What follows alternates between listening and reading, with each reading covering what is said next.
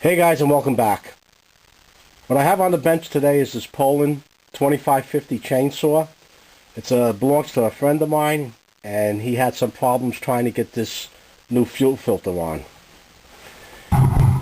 When I opened it up and tried to put it on, this hose just simply peeled away and cracked. I pulled down a little extra hose. There's always a little slack you could pull, and it just snapped. And I don't know if you can see into this, but there's some buildup around the hose, and the hose is very brittle. So it's time for new fuel lines. To get started, we have to take off this cover. And you can see these Torx screws. On this model here, they have a T25. I'm going to remove this cover to get to the carburetor. Be back in a minute. Hey guys, I'm back. And before I go any further, I'm going to blow this debris out with a compressor. My buddy also gave me an air filter that he wanted changed on this. This one isn't bad, but he has it. It's going to be in pieces, so we may as well take care of it while we have it apart. And another thing, before we go anywhere with this, I'm going to drain the fuel that's in this tank. We're going to be turning this up, over, sideways.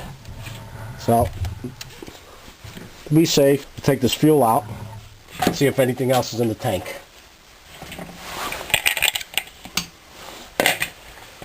Okay. And this was fresh fuel when he put it in, so we'll be reusing this fuel. Okay.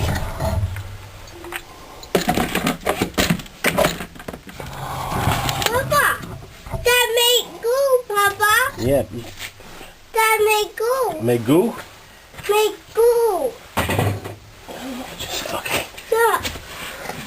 Oh, I see what you're talking about. This mess? This? Yes. I see. Okay. I see what you mean. If you can see inside that tank, there's that little piece of the hose just sticking down, and that's what we'll be replacing today. In addition to the fuel filter that's in there. Whatever loose debris was on here. It wasn't much. The sauce kept fairly well. And now, to get to the carburetor, we have the air cleaner that we took off. Now we have to get this bracket off. And the bolts that are on this bracket are 8mm. So we'll get these off.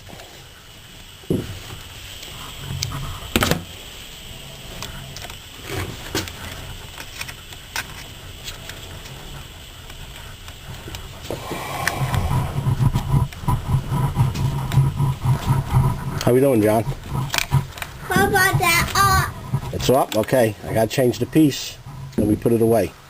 Table. Put that up. Later. We put that on later. Okay. When we finish. Got fish? When we're not finished yet. Ooh. John, don't kick the camera.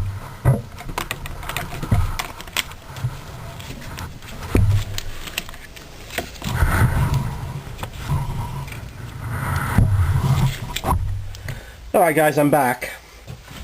Now, I found that there's this piece over here that covers the carburetor, that covers the carburetor's adjusting screws. This is for your idle, this is for the two screws. Now these screws are spline screws. They need a special screwdriver for them. But if we could get in there, it looks like this is some kind of an adapter where you could turn with a screwdriver. I haven't seen this before. So make sure to put that back. And to get this carburetor out, just getting this air cleaner bracket out. Now, show this on the camera. The throttle wire goes under this air cleaner bracket. So I'm simply going to pull this through so I can get to it and get this out of the way. This should just slide out. Okay, we got this out. Now the carburetor will slide right out. The only thing that's holding it on now are the fuel lines.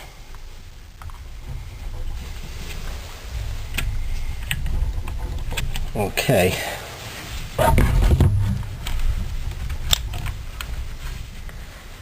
Now we have this carburetor loose. And let's find this fuel line that we're looking for. This is the fuel line that's coming off the carburetor and going down into the tank.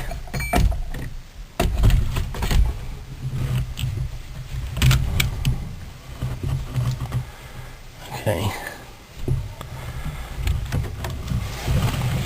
This fuel line that you just see me pop off, this fuel line here is coming off the primer bulb.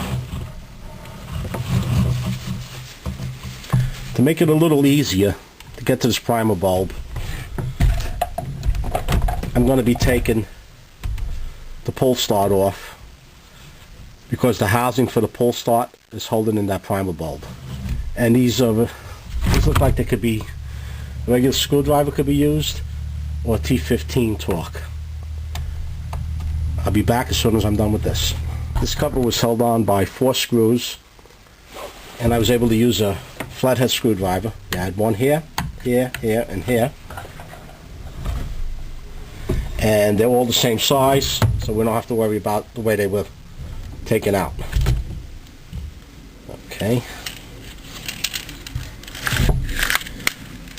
We can give this a little lubrication too before we put it back in and clean some of this out.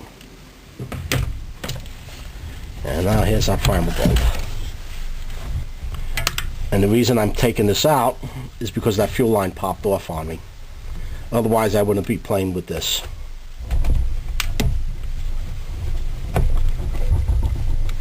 The bulb is working. There's no vacuum leaks on it. Just the fact that a fuel line popped off and I have to get it back in, and it's the line that's buried. Garage I'm working in is pretty cold, and every so often the camera will go out because of the cold, so I have to keep an eye on that from time to time. And here we go with the carburetor. And what we're looking at, this is the fuel line that has to be replaced right here. I can stick my finger into the fuel tank and feel where this fuel line's coming down, and I can feel that that's the one. I'm just going to pull it right up.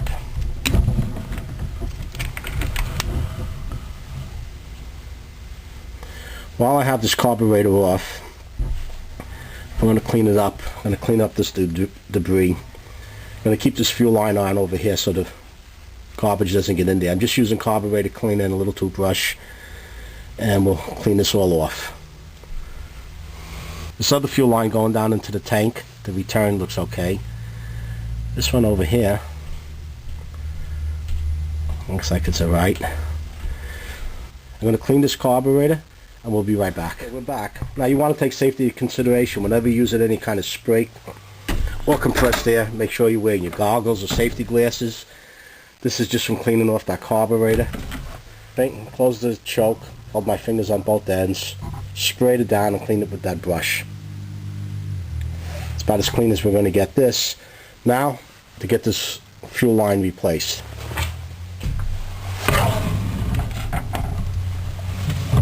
I have a length of fuel line here. I'm not going to cut this until I get it into place. It should be about 2 inches longer than what the other one was. But to get it in there, you take a look over here. You have that hole where my finger is, and this fuel line has to get pushed into that hole. Those holes are purposely tight. The only thing that keeps this fuel line from leaking is the fact that it's oversized for the hole. So the trick now is to get this fuel line into that hole. You can take a scissor or a razor, a knife, whatever you have, and you want to cut this line at a 45-degree angle. I should take this fuel line back into the house because it is cold in this garage. We'll see where we go with this. This isn't exactly how I intended it to go. So we have this angle to get it into that hole. See how tight this is. Oh yeah. Okay, so we're going to cut this a little bit more. And this is just to give us a little bit of a leader to get into that hole so we can pull the rest of it through. So now we have this to get through the hole. That goes in without a problem. Question is now, how do we force this through? I'm going to get this in the house to warm it up a little bit. There's several ways this can be done. And what I'm going to use today, I'm going to wrap fishing line around this, drop the fishing line into the tank, and then pull this through. And I'm also going to use a little WD-40 or even the oil that we mix with the gas just to lubricate this slightly. Once I have this tied and ready to pull through, I'll be back. Okay guys, I'm back. Here's that cut I put into the tube to narrow it down, and I tied this fishing line onto it so I have something to pull on. Putting this fishing line down into this hole.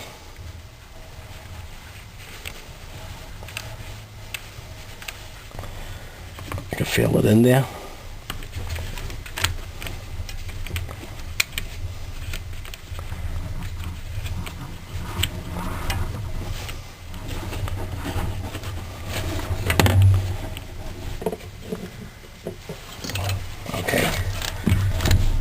Now the fishing line is in there. I could pull on it. And I'm going to put just a little dab of oil onto the tube itself, just to help get it through. Just to help to get it through.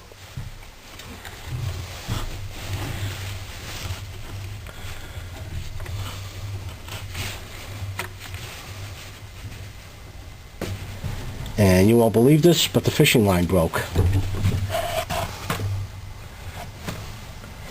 Fishing line broke, but the fuel line is in there. I may be able to reach it with a needle nose.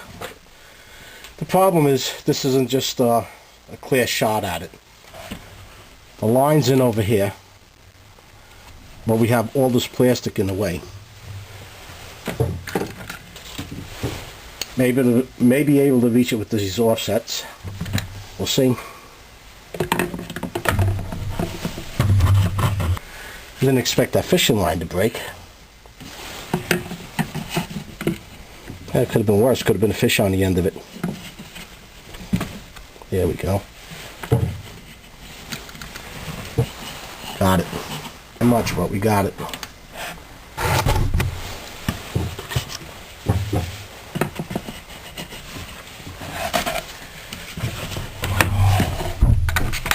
I want to bring this up to the camera. You can see how tight this fit is. And again, that's the only way that this would keep from leaking, is to have that hole slightly tighter than the diameter of the tubing. And pull out what we need. What I'm doing to help this go through, I'm pulling up on this end slightly and pulling down on the other end, and it's stretching that hose out a little bit, and it slides through a lot easier. So you're pulling up a little and then just pull straight down. Once you get into this, you'll see what I'm talking about. Now here's that piece that the string was tied on, and we had that slight angle cut. Now we're just going to cut it off because we need. Okay guys, I'm going to wrap this up, and I want to just point out what's important over here. I have the gas cap back on this just to keep the dirt that I'm cleaning off from falling in. Mounted the primer bulb back with the two torque screws that they had. You want to make sure that your fuel lines are on. They're on there snug. You can see it in there. There's two fuel lines on this primer bulb. The fuel line's connected to the carburetor again. And also, when I was taking this carburetor off, the linkage for the the linkage for the throttle came off. I had to get that back on. There's a lot of wiggling and jiggling to get this back together. Couldn't get it on video well, so I just want to point this out, what it looks like.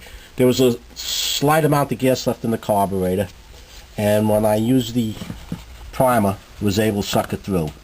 So the filter's on.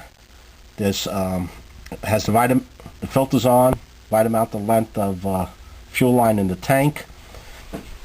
Now what's left is to get the air filter bracket on, put the air filter on, tighten all these bolts up, and also